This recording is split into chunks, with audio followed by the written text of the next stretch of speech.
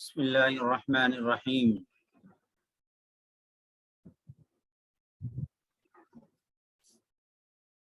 گزشتہ جو سورہ کی مشق ہوئی وہ سورہ ساتھی سنائیں۔ رأیت الذی،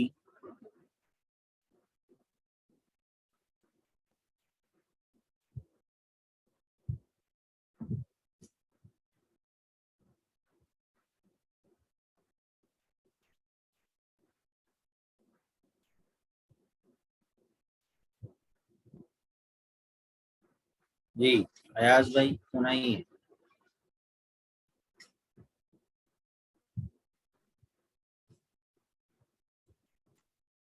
السلام علیکم ورحمۃ اللہ وبرکاتہ۔ وعلیکم السلام ورحمۃ اللہ۔ بسم اللہ الرحمن الرحیم۔ ورأيت الذي يكذب بالدين فذلك الذي يدع اليتيم ولا يحض على طعام المسكين وويل للمصلين الذين هم عن صلاتهم ساهون الذين هم يراءون ويمنعون الماعون۔ اقبال بھائی سورہ کوثر۔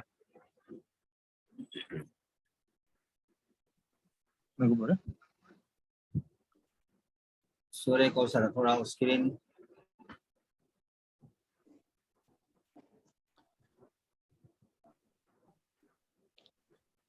اعوذ باللہ من الشیطان الرجیم، بسم اللہ الرحمن الرحیم۔ السلام علیکم۔ اعوذ باللہ من الشیطان الرجیم۔ آواز آ رہی ہے جی آ رہی صاحب؟ جی آ رہی۔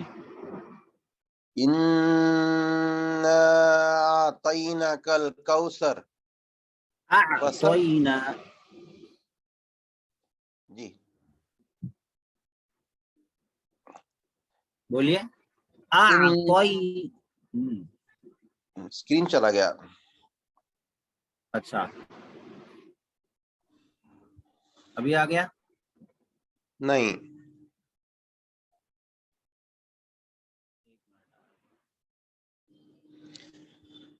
مفتی صاحب اسکرین نہیں دکھ رہا ہے۔ ہاں ایک منٹ، ابھی آ رہا ہے۔ ابھی آیا؟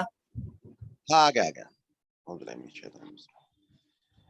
اِنَّا أَعْطَيْنَاكَ الْكَوْثَرَ فَصَلِّ لِرَبِّكَ وَانْحَرْ إِنَّ شَانِئَكَ هُوَ الْأَبْتَرُ۔ ٹھیک ہے، اچھی کوشش کیا آپ نے، ماشاءاللہ۔ قل یا ایھا الکافرون بھی پڑھیے۔ قل یا، اسکرین نہیں، مطلب اسکرین تھوڑا نیچے کیجئے۔ ہاں ہو رہا ہے وہ ابھی ہو گیا، میرے پاس ہو گیا، آپ کے پاس نہیں ہوا۔ جی اعوذ باللہ من الشیطان الرجیم۔ قل یا ایھا الکافرون، کافرون اچھا لا جی، اعبدون، تا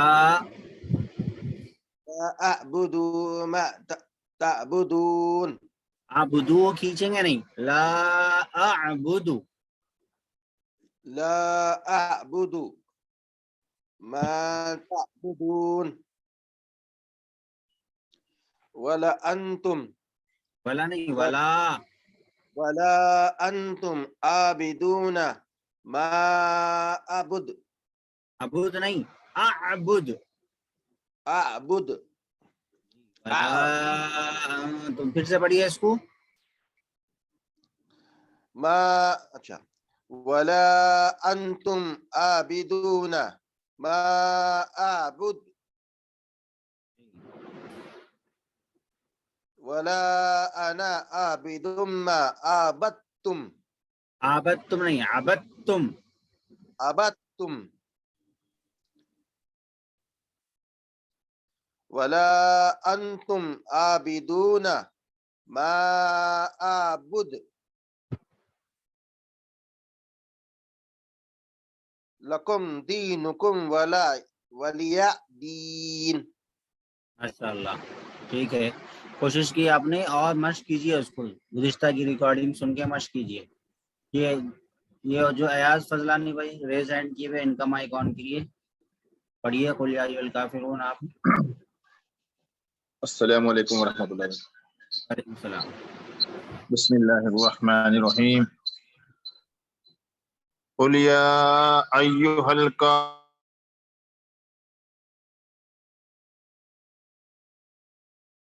ما تعبدون ولا انتم عابدون ما اعبد اعبد ما اعبد ما اعبد, عبد نہیں, عبد نہیں, اعبد. ما اعبد عبد آواز آ رہی, دیکھیے دو آوازیں, اس کو سنیے. ایک آواز ہے عبد, ما عبد, اور ایک آواز ہے ما اعبد. کون سی والی صحیح ہے, پہلی والی یا دوسری والی؟ دوسری والی. ہاں تو وہ دوسری والی آواز نکالی, آپ پہلی والی آواز نکال رہے, تو اعبد بولیے. ما اعبد. ہاں ماشاء اللہ, کوشش اور کرنا ہے, اور پریکٹس کرنا ہے. ما اعبد, ما اعبد ولا انا عابد ما عبدتم ولا انا عابد ما عبدتم ہو گیا وہ. اس کے بعد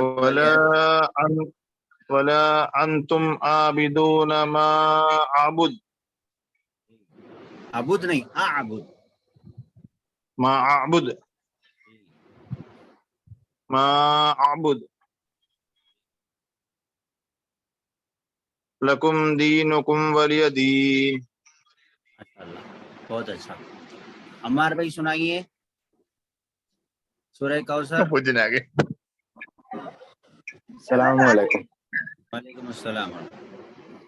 بسم اللہ الرحمن الرحیم. قل یا ایھا الکافرون لا اعبد ما تعبدون ولا انتم عابدون ما اعبد ولا انا عابد ما عبدتم ولا انتم عابدون ما اعبد لکم دینکم ولی دین.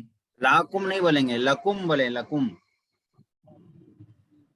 لکم دینکم ولی دین. ماشاء اللہ, ٹھیک ہے, بہت بہتر. آج ہم نورانی قاعدے میں سے پڑھیں گے جزم, سکون اور قلقلہ. قلقلہ کس کو کہتے ہیں, جزم سکون کس کو کہتے ہیں. جزم سکون کی تختی پہلے پڑھ لیجئے کہ دیکھیے جس حرف پر جزم ہو اس حرف کو ساکن کہتے ہیں. جزم والے حرف کو کیا کہتے ہیں, ساکن کہتے ہیں. جزم یہ چھوٹا سا جو دال ہے اس کو کہتے ہیں, آپ لوگ پہلے بھی پڑھ کر آ چکے. اور اس کا قاعدہ یہ ہے کہ اس کو پیچھے والے حرف سے ملا کر پڑھتے ہیں, پیچھے والے حرف سے ملا کر پڑھتے ہیں. یہ کوئی آپ کے لیے نئی بات نہیں ہے, اس سے پہلے بھی آپ کو سمجھاتے آیا ہوں اور آپ سمجھتے آئے ہیں کہ جزم والے حرف کو ہمیشہ پیچھے والے حرف سے ملا کر پڑھتے ہیں. اب ایک بات یہاں پر ایک نئی یہ ہے کہ حمزہ ساکنہ کے پڑھنے میں جھٹکا ہوتا ہے. حمزہ ساکنہ, حمزہ ہوتا ہے اس کے اوپر جزم ہوتا ہے, یعنی الف ہوتا ہے اس کے اوپر جزم ہوتا ہے, الف ہوتا ہے اس کے اوپر جزم ہوتا ہے, یا یہ کہ چھوٹا حمزہ ہوتا ہے اس کے اوپر جزم ہوتا ہے. تو اب ایسی صورت میں اس کے پڑھنے میں جھٹکا ہوتا ہے. اس کی مثال دیکھیے نیچے یہاں پر دیکھیے, یہ دیکھیے جیم حمزہ زیر جی, نون الف زبر نا, جی نا. حمزہ کے اوپر دیکھیے جزم ہے, تو یہاں پر آواز کیسی ہوگی, جی نا, جی نا, جینا جینا نہیں, جی نا, جی نا. آواز بالکل جھٹکے کے ساتھ میں ادا ہوگی. حمزہ ساکنہ کہتے ہیں اس کو. آگے دیکھیے بی سا, با حمزہ زیر بی, سین زبر سا, بی سا, بی سا بولیں گے اس کو, بی سا نہیں, بی سا. اسی طرح آگے دیکھیے یو تو نا, یا حمزہ پیش یو ہوتا ہے, لیکن یا واو پیش یو ہوتا ہے، یا واو پیش نہیں، یہاں پر حمزہ جو ہے واو کی شکل میں، حمزہ واو کی شکل میں ہے، یعنی واو کے اوپر حمزہ لکھا ہوا ہے، تو یہاں پر واو نہیں پڑھیں گے، حمزہ پڑھ لیں گے، واو نہیں پڑھیں گے، واو صرف لکھنے میں ہوتا ہے، وہاں پر پڑھنے میں حمزہ پڑھتے ہیں، جو حمزہ اس کے اوپر لکھا ہوا ہے۔ تو جو حمزہ اس طریقے سے حمزہ کے اوپر جزم آ جاتا ہے اس کو حمزہ ساکینہ کہتے ہیں، اور اس کے پڑھنے میں جھٹکا ہوتا ہے، یو یو تو نہ، یو تو نہ پڑھیں گے تو غلط ہو جائے گا، یو تو، دیکھیے یا حمزہ پیش یو، جھٹکا دے کے پڑھے، پھر آگے ہی دیکھیے تا واو پیش تو، تا واو پیش تو ہے، یہاں پر تو نہیں پڑھیں گے، تو پڑھیں گے، اگر تا واو پیش تو کی جگہ میں تا حمزہ پیش ہوتا تو پڑھتے، جیسے یو پڑھ رہے ویسے ہی تو پڑھتے، لیکن یہاں پر یو تو، نون زبر نہ، یو تو نہ، یو یو تو نہ۔ اسی طرح آگے دیکھیے یأمرون، یأمرون میں دیکھیے یا، اس کے بعد ہم الف ہے، الف کے اوپر جزم ہے، الف کے اوپر حمزہ ہے، حمزہ کے اوپر جزم ہے، الف، الف کے اوپر حمزہ، حمزہ کے اوپر جزم، تو الف حمزہ کی شکل میں یا حمزہ الف کی شکل میں، جیسا بھی بولیں آپ، تو یہ حمزہ ہے، یہ حمزہ ہے، یہاں پر پڑھنا حمزہ ہے، پڑھنا کیا ہے، حمزہ ہے، تو اس کو حمزہ ساکینہ بولیں گے۔ تو یأمرون، یأمرون، یا مرونا نہیں پڑھیں گے، یا الف زبر یا ہوتا تو آپ یا مرونا پڑھتے، لیکن یہاں پر یا حمزہ زبر یا، میم پیش مو، یأمرون، اس طریقے سے پڑھیں گے۔ باقی اوپر کی جو مثالیں ہیں یہ جزم سکون کی ہے، اس کو بھی آپ، میں ایک مرتبہ پڑھ دیتا ہوں، آپ لوگ بھی سنیے تاکہ مشق ہو جائے، میرے ساتھ میں آپ لوگ بھی پڑھیے۔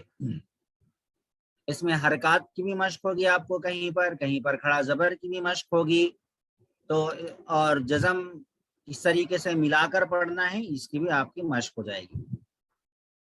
نون پیش نو، شین زیر شی، نشیرات زبر رت، نشیرت، نشیرت، را پیش روفا زیر فی، رفی عین تا زبر عد، رفیعت، رفیعت، حا پیش حو، شین زیر شی، حشی، را تا زبر رت، حشیرت، سین پہ سو، تا زیر تی، سطی، حا تا زبر حد، سطیحت، سطیحت، تا موٹا پڑھیں گے، سطیحت، ٹھیک ہے۔ تارا زبر تر، واد کھڑا زبر وا، تر وا، واد پڑھتے وقت میں زبان داڑوں کے پاس میں لگتی ہے، زبان داڑوں کے، تر وا، تر وا۔ اسی طرح دیکھیے آگے، تا نون زبر تن، سین زبر سا، تا سا،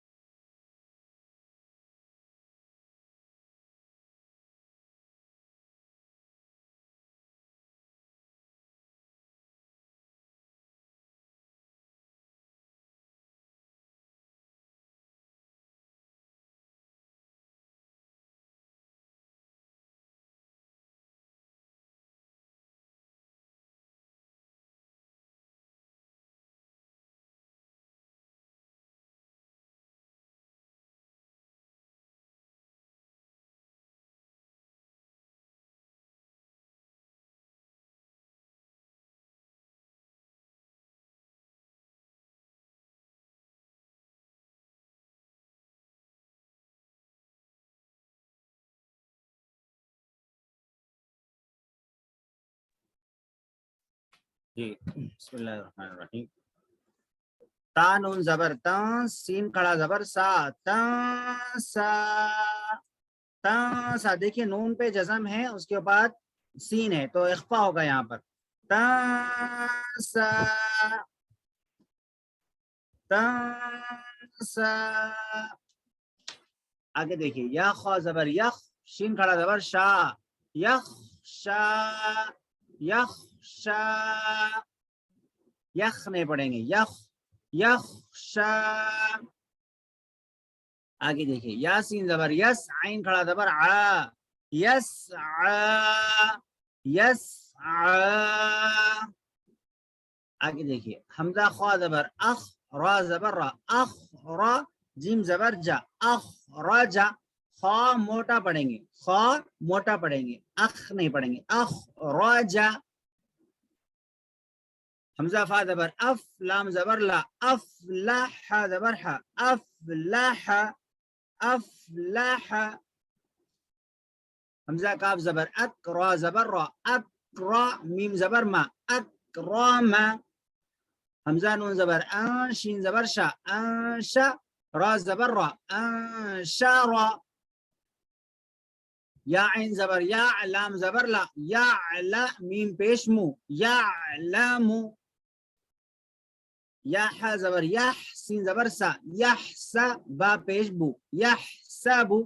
یہ مخرج کی ادائیگی درست کریے، یہ پڑھانے کا مقصد یہ ہے کہ مخرج کی ادائیگی. یا علمو پڑھایا میں، یا عین کے آواز حلق سے ادا ہونا، یا علمو نہیں پڑھیں گے، یا علمو، یحسبو. آگے دیکھیے یشہدو، یا شین زبر یش، ہا زبر ہا، یش ہا، دال پیش دو، یشہدو. جزم والے حرف کو پیچھے والے حرف سے ملا کے پڑھ رہے. یا شین زبر یش، را زبر را، یش را، با پیش بو، یش رابو. کوئی اگر کنفیوز ہو رہے کہ پیچھے والے حرف سے کہاں ملا رہے تو یاد رہے عربی جو ہے رائٹ سائڈ سے شروع ہوتی ہے، تو اسی وجہ سے اس کو پیچھے والا حرف بول رہے. بہت سارے جو ہم چونکہ انگلش پڑھنے کی عادی ہے تو لیفٹ سائڈ سے شروع ہوتا ہے، تو ہم پیچھے والا آگے والے کو سمجھ رہے. تو یہ بچے عام طور پہ غلطی کرتے اس لیے وضاحت کر رہا ہوں کہ یش رابو شین سے پہلے یا ہے، تو جو رائٹ سے شروع ہوتی ہے عربی تو یا شین زبر یش، یعنی شین سے پہلے والا حرف جو ہے اس کو پچھلا والا حرف بولتے ہیں، اس سے ملا کر پڑھیں گے. یش رابو.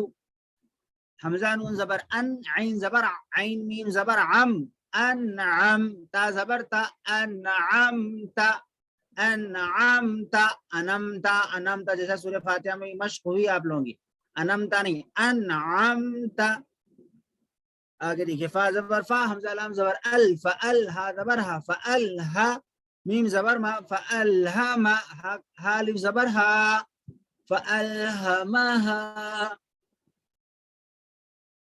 حا لام زبر ہل، حمزہ زبر ا، ہل ا، تا کھڑا زبر تا، ہل اتا، کاف زبر کا، ہل اتا کا.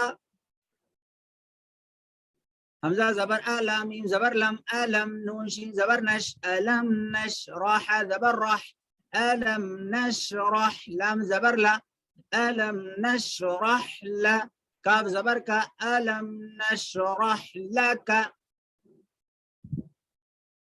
واو زبر واو، واو زبر واو، واو ضاد عین زبر ضع، واو ضع، نون الف زبر نا، واو ضعنا، عین نون زبر عن، واو ضعنا عن، کاف زبر کا، واو ضعنا عنك. واو ضع، ضاد زبان پڑھتے وقت میں زبان کروٹ ہو کے داڑوں میں لگتی ہے. واو ضع، ضعنا، ضعنا، عین کی آواز حلق سے، نون علی زبر نا، واو ضعنا، عین نون زبر عن، کاف زبر کا، عن کا، کاف حرف اقفا میں سے تو عن کا پڑھنا. واو زا زیر وز، را زبر را، وز را، کاف زبر کا، وز را کا. حمزہ نون زبر ان، قاف زبر قا، ان قا، ضاد زبر ضا، ان قا ضا. سب حرکات ہے، دیکھیے حرکات کو جلدی پڑھ رہا ہے. ان قا ضا، ضاد ہے زبر، ضا ہے زبر ضا، ان قا ضا ضا، را زبر را، ان قا ضا ضا را، کاف زبر کا، ان قا ضا ضا را کا.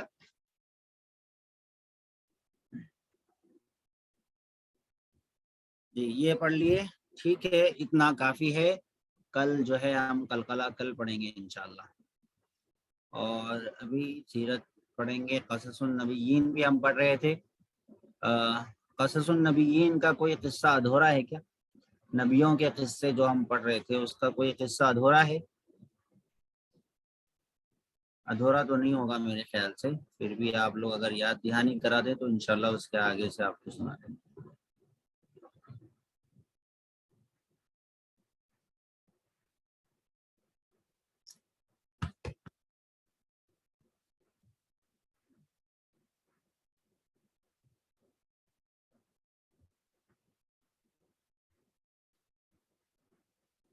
ٹھیک ہے، آج ہم سیرت کا ہی پڑھیں گے انشاءاللہ. حضور صلی اللہ علیہ وسلم اور صحابہ اکرام رضوان اللہ علیہم اجمعین پر جب بہت زیادہ تکلیفیں اور مصیبتیں آنے لگیں تو ان مظلوم اور مجبور مسلمانوں کی حالت کو دیکھ کر آپ صلی اللہ علیہ وسلم نے انہیں حبشہ کی طرف ہجرت کرنے کا حکم دیا. حبشہ یعنی ایتھوپیا، وہاں پر ہجرت کرنے کی آپ صلی اللہ علیہ وسلم نے ہدایت فرمائی. پہلی مرتبہ ہجرت کرنے میں 11 مرد اور 5 عورتوں نے چھپ کر مکہ مکرمہ سے حبشہ کی جانب ہجرت کی. مگر ایک غلط فہمی کی وجہ سے یہ حضرات پھر سے مکہ واپس آ گئے. اب غلط فہمی یہ ہوئی تھی کہ نبی کریم صلی اللہ علیہ وسلم نے ان لوگوں کو ہجرت کے بعد ایک دن حرم شریف میں نماز پڑھ رہے تھے. ان لوگوں کی ہجرت کے بعد میں ایک دن حضور صلی اللہ علیہ وسلم حرم میں نماز پڑھ رہے تھے. نماز میں آپ نے سورہ نجم کی تلاوت فرمائی. جب سجدے کی آیت پر پہنچے تو تمام مسلمان سجدے میں گر گئے. تو مشرکین جو وہاں موجود تھے وہ بھی قرآنی آیات کے اثر سے اور مسلمانوں کے فوراً سجدہ کرنے کی ماحول کی وجہ سے وہ مشرکین بھی سجدے میں گر گئے. تو جب سارے کے سارے نبی صلی اللہ علیہ وسلم کے ساتھ سجدے میں گر گئے تو ایک افواہ پھیل گئی کہ مکہ والے سب کے سب مسلمان ہو گئے. حالانکہ ایسا نہیں ہوا تھا. وہ ایک وقتی طور پر ایک ماحول کریٹ ہو گیا تھا تو جس کی وجہ سے سارے کے سارے لوگ آٹومیٹک غیر محسوس طریقے سے قرآن چونکہ ایک فصاحت و بلاغت کا ڈھانٹے مارتا ہوا سمندر ہے تو وہ عربی ہے، عرب کے لوگ ہیں، عربی سمجھ رہے تھے. تو انہوں نے جب ایک دم سے اس طریقے سے دیکھا تو وہ بھی ساتھ میں سجدے میں چلے گئے لیکن وہ مسلمان نہیں ہوئے تھے. تو اب چونکہ یہ افواہ پھیل گئی تھی تو وہ افواہ کی تصدیق نہیں ہو سکی. وہ جب خبر ان تک پہنچ گئی تو وہ جو ہجرت کرنے والے تھے وہ خوشی خوشی اپنے وطن واپس آ گئے. مگر جب ظالموں نے پھر یہی ظلم ستم شروع کیا تو حضور صلی اللہ علیہ وسلم نے دوبارہ حکم دیا کہ وہ حبشہ چلے جائیں. تو اس مرتبہ 86 مرد اور 17 عورتوں نے ہجرت فرمائی. کتنے؟ 86 مردوں نے اور 17 عورتوں نے ہجرت فرمائی. اب مشرکوں نے حبشہ کا جو بادشاہ تھا، شاہ حبشہ نجاشی ان کو کہا جاتا تھا، تو ان کو بھی جو ہے گمراہ کرنا چاہا. مشرکین نے جب دیکھا کہ مسلمان ان کے مظالم سے بچ کر اور دوسرے ملکوں میں پناہ لے کر آرام سے رہ رہے ہیں تو انہیں ڈر ہوا کہ کہیں اس طرح اسلام دبنے کی بجائے مزید پھیل نہ جائے. اس لیے انہیں وہاں سے بھی واپس بلا لینا چاہا تاکہ اسلام مکہ تک ہی محدود رہ جائے اور ان لوگوں پر جو ہے ظلم و ستم کرتے رہیں. تو نجاشی جو بادشاہ تھا اس کے دربار میں جو ہے ایک ٹیم کو انہوں نے بھیجا، ایک جماعت کو انہوں نے بھیجا اور اس جماعت کے جو لیڈر تھے وہ اس وقت میں عمر بن عاص تھے. عمر بن عاص اس جماعت کے لیڈر تھے. یہ لوگ اپنے باپ دادا کے دین پر ہیں اور جا کے انہوں نے حبشہ کے بادشاہ سے بات چیت کی کہ یہ جو لوگ آپ کے پاس میں آئے ہیں یہ بیوقوف غلام ہیں، اپنے باپ دادا کے دین کو انہوں نے چھوڑ کر جو ہے یہاں پر آ گئے ہیں اور ایک ایسے دین کی اتباع انہوں نے کر لی ہے جس کو آپ بھی نہیں جانتے، نہ ہم اس سے واقف ہے. اس لیے آپ ان کو ہمارے حوالے فرما دیں تاکہ ہم ان کو اپنے وطن واپس لے جا سکیں. مگر جو بادشاہ تھا وہ نیک مزاج اور انصاف پسند بادشاہ تھا. اس نے مشرکین کی اس شکایت کے بارے میں جو ہے سب سے پہلے تحقیق کی. ایک طرفہ بات سن کے کبھی بھی فیصلہ نہیں کرنا چاہیے. کبھی بھی ایک طرف، چاہے خاندانی مسئلہ ہو یا ملکی مسئلہ ہو، عدالتی مسئلہ ہو، کوئی بھی مسئلہ ہو، محلے کا مسئلہ ہو، کوئی بھی مسئلہ ہو، ایک طرفہ بات سن کر کبھی بھی فیصلہ نہیں کر لینا چاہیے کسی کے بارے میں بھی.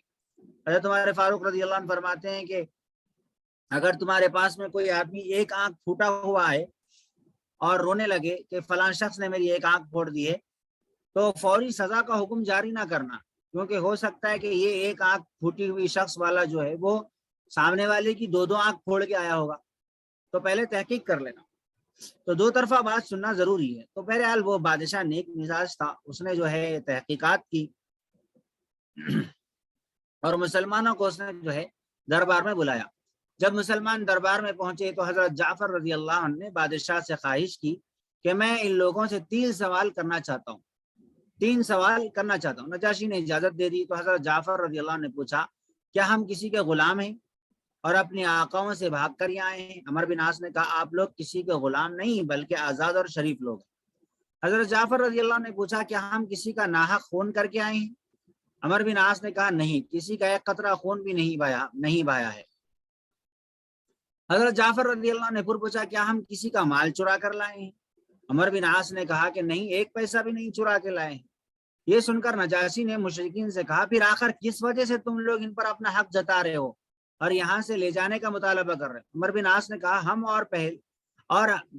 ہم اور یہ پہلے ایک ہی دین پر تھے، اب یہ لوگ باپ دادا کے دین کو چھوڑ کر بے دین ہو گئے۔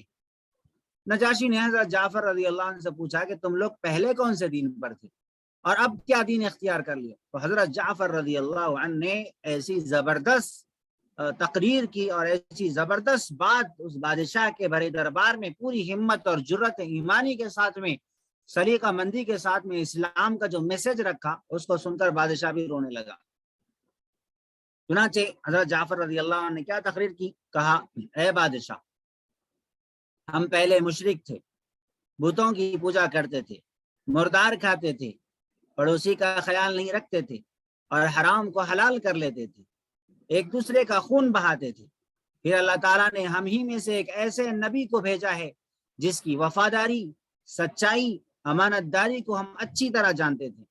انہوں نے ہمیں اللہ وحدہ لا شریک لہ کی عبادت کی طرف بلایا اور ہمیں رشتہ داروں کی ساتھ میں اچھا سلوک کرنے کا، پڑوسیوں کے ساتھ اچھا سلوک کرنے کا، پڑوسیوں کا حق ادا کرنے کی طرف متوجہ کیا، نماز روزے کا پابند بنایا، تو ہم نے ان کی دعوت اور ان کا دین قبول کر لیا ہے۔ اب ہم اللہ کے علاوہ کسی کی عبادت نہیں کرتے۔ جب نجاشی کو علم ہوا کہ آپ صلی اللہ علیہ وسلم نبوت کا دعویٰ کرتے ہیں، تو اس نے حضرت جعفر رضی اللہ عنہ سے خواہش کی کہ ان پر نازل ہونے والی آسمانی کلام میں سے کچھ سنائیں۔ حضرت جعفر رضی اللہ عنہ نے سورہ مریم پڑھ کر سنائی۔ قرآن کریم کو سن کر نجاشی اور اس کے درباری بے ساختہ رونے لگے۔ حضرت جعفر رضی اللہ عنہ کی صاف ستھری اور سچی گفتگو اور قرآن کریم کی تلاوت سے متاثر ہو کر شاہ نجاشی نے سب مسلمانوں کو امن اطمینان کے ساتھ اپنے ملک میں رہنے کی اجازت دے دی اور مشرکین سے صاف کہہ دیا کہ میں انہیں تم لوگوں کے حوالے بالکل بھی نہیں کروں گا۔ اب اگلے روز مشرکین کے وفد نے مشورہ کیا کہ بادشاہ کو ورغلائیں گے اور کوشش کریں گے، تو انہوں نے حبشہ کے بادشاہ سے کہا کہ یہ لوگ آپ کے پیغمبر حضرت عیسیٰ ابن مریم علیہ السلام کی توہین کرتے ہیں۔ پروپیگنڈا کرنا شروع کر دیا، غلط الزام لگانا شروع کر دیا کہ عیسیٰ علیہ السلام کی توہین کرتے ہیں۔ نجاشی چونکہ عیسائی مذہب کا ماننے والا تھا، اس لیے انہوں نے سمجھا کہ یہ حربہ ضرور کارآمد ہوگا، مگر اس نے پھر بھی مسلمانوں کو طلب کیا، پھر سے انہیں تحقیق کی اور اس عقیدے کے بارے میں دریافت کیا کہ حضرت جعفر رضی اللہ نے فرمایا کہ حضرت عیسیٰ علیہ السلام کے بارے میں ہمارا عقیدہ یہ ہے کہ وہ اللہ کے بندے اور اس کے رسول، اس کا کلمہ اور اس کی روح ہے، جسے اللہ تبارک و تعالیٰ نے کنواری مریم کے سینے میں ڈالا تھا۔ نجاشی نے یہ سن کر کہا، حضرت عیسیٰ کی حقیقت اس سے ایک تنکے کے برابر بھی نہ زیادہ ہے نہ کم۔ اس واقعے سے نجاشی کا یہ خیال اور بھی پختہ ہو گیا کہ مسلمانوں کو ان لوگوں کے حوالے کرنا ہرگز مناسب نہیں۔ چنانچہ اس کے بعد مسلمان تو اچھے مقام اور اچھے پڑوسیوں میں رہنے لگے اور مشرکین مکہ ناکام اور نامراد ہو کر واپس چلے آئے، اور خود نجاشی جو ہے وہ عدل انصاف اور حق پسندی اور انصاف کرنے کی وجہ سے اللہ پاک نے اس نجاشی بادشاہ کو بھی اسلام کی توفیق عطا فرما دی۔ جب اس کے انتقال کی خبر ملی تو نبی کریم صلی اللہ علیہ وسلم اور ان کے صحابہ اکرام نے مدینہ منورہ میں غائبانہ نماز جنازہ ادا فرمائی. تو یہ غائبانہ نماز جنازہ ہمارے پاس میں درست نہیں ہے. شوافی اور حنبلی مسلک کے جو لوگ ہیں ان کے پاس میں جائز ہے، لیکن حنفیہ جو ہیں، احناف جو ہیں، ان کے پاس میں غائبانہ نماز، ہمارے پاس میں غائبانہ نماز جنازہ جائز نہیں ہے. ہم یہ کہتے ہیں کہ یہ صرف حضور صلی اللہ علیہ وسلم کی خاصیت تھی کہ آپ صلی اللہ علیہ وسلم کے سامنے جس طرح جنت اور جہنم کو کبھی کر دیا جاتا تھا، جس طرح آپ صلی اللہ علیہ وسلم کے سامنے کبھی مسجد اقصیٰ کو لا کر کھڑا کر دیا گیا مشرکین نے جب سوال کیا مسجد اقصیٰ کے بارے میں، تو اسی طرح حضور صلی اللہ علیہ وسلم کے سامنے ان کا جنازہ لایا گیا. دوسروں کو نہیں نظر آیا لیکن حضور کے سامنے وہ جنازہ لا لیا گیا تھا. تو یہ اس طریقے کی بات احناف کہتے ہیں. لیکن بعض دوسری احادیث کی بنیاد پر شوافی اور حنابلہ کہتے ہیں کہ غائبانہ یعنی جنازہ سامنے نہ بھی ہو تو نماز جنازہ پڑھ سکتے ہیں. یہ ان کے پاس میں، ہمارے پاس میں بہرحال اس کی اجازت نہیں ہے. دونوں طرف احادیث ہے، دلائل ہے. تو ہمیں آج کے دور میں جو ہے کسی ایک کو فالو کرنا چاہیے تاکہ ہم جو ہے کبھی ایک ٹانگ ادھر کبھی ایک ٹانگ ادھر نہ ڈالیں. تو بہرحال سیرت کے اس واقعے سے ہمیں یہ سبق ملتا ہے کہ صحابہ اکرام نے دین کو حفاظت کی خاطر مشکلات برداشت کی، اپنے وطن کو چھوڑا. وطن سے بے دخل کرنے کے باوجود بھی دشمنان اسلام نے پیچھا نہیں چھوڑا اور انہوں نے جو ہے تنگ کرنا شروع کیا، لیکن ان کے تنگ کرنے کی وجہ سے مسلمان تنگ نہیں ہوئے. اللہ نے مسلمانوں کی مدد فرمائی. دیکھیں مشکلات آتی ہیں لیکن مشکلات کے باوجود مدد بھی اللہ کی طرف سے آتی ہے. تو ہر مشکل کے بعد میں آسانی ہوتی ہے، لیکن مشکل حالات میں انسان گھبرا جاتا ہے، پریشان ہو جاتا ہے. لیکن انہی مشکلوں سے نکلنے کے بعد میں اللہ تبارک و تعالیٰ مختلف راہیں اور مختلف آسانیاں بھی رکھی ہوتی ہیں. تو انسان کو اپنے ایمان پر، اپنے دین پر قائم اور دائم رہنا چاہیے، چاہے جتنے بھی حالات آ جائیں، جتنے بھی مشکلات آ جائیں، چاہے وطن چھوڑنا پڑے، چاہے ظلم سہنا پڑے، کچھ بھی کرنا پڑے، لیکن برداشت کرنا چاہیے. جس وقت تک اللہ کی طرف سے برداشت کرنے کا حکم ہے اس وقت تک برداشت کریں.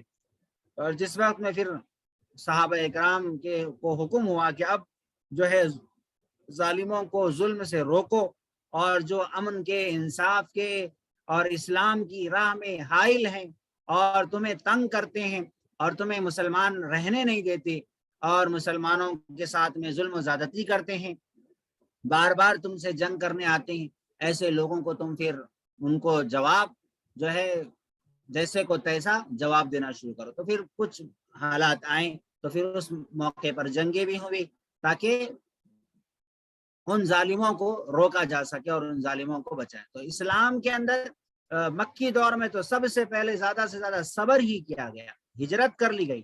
جو لوگ کہتے ہیں کہ اسلام تلوار سے پھیلا، اگر واقعی تلوار سے پھیلتا تو کبھی صحابہ اکرام ہجرت نہ کرتے بلکہ تلوار سے لڑتے رہتے. نجاشی کے دربار میں لوگ آ گئے تھے تو ان کو ہی گھیر کر پکڑ لیتے، وہیں پر تلوار سے ان کو مار دیتے. وہاں پر تو ایک قافلہ آیا تھا نا، تو سب کچھ ہو سکتا تھا، لیکن ایسا نہیں ہوا. نجاشی خود بھی مسلمان ہوا تو اسلام کی دعوت سے متاثر ہو کر مسلمان ہوا. ایسا نہیں کہ نجاشی کے گردن پہ تلوار رکھ دی گئی. تو اسلام کبھی بھی تلوار سے نہیں پھیلا بلکہ اخلاق سے، کردار سے، دعوت دین سے اسلام پھیلا ہے.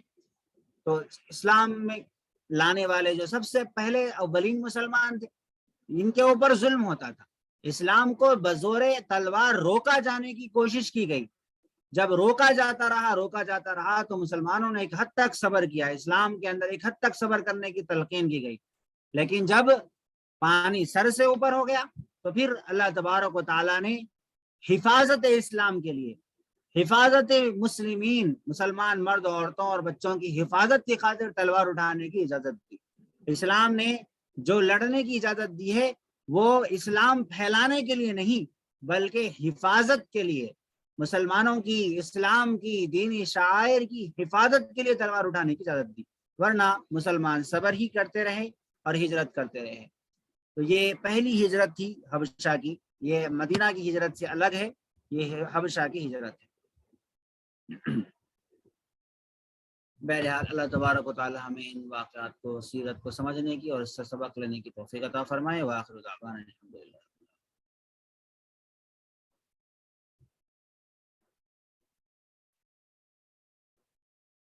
کسی کا کوئی سوال وغیرہ ہے کیا بھائی؟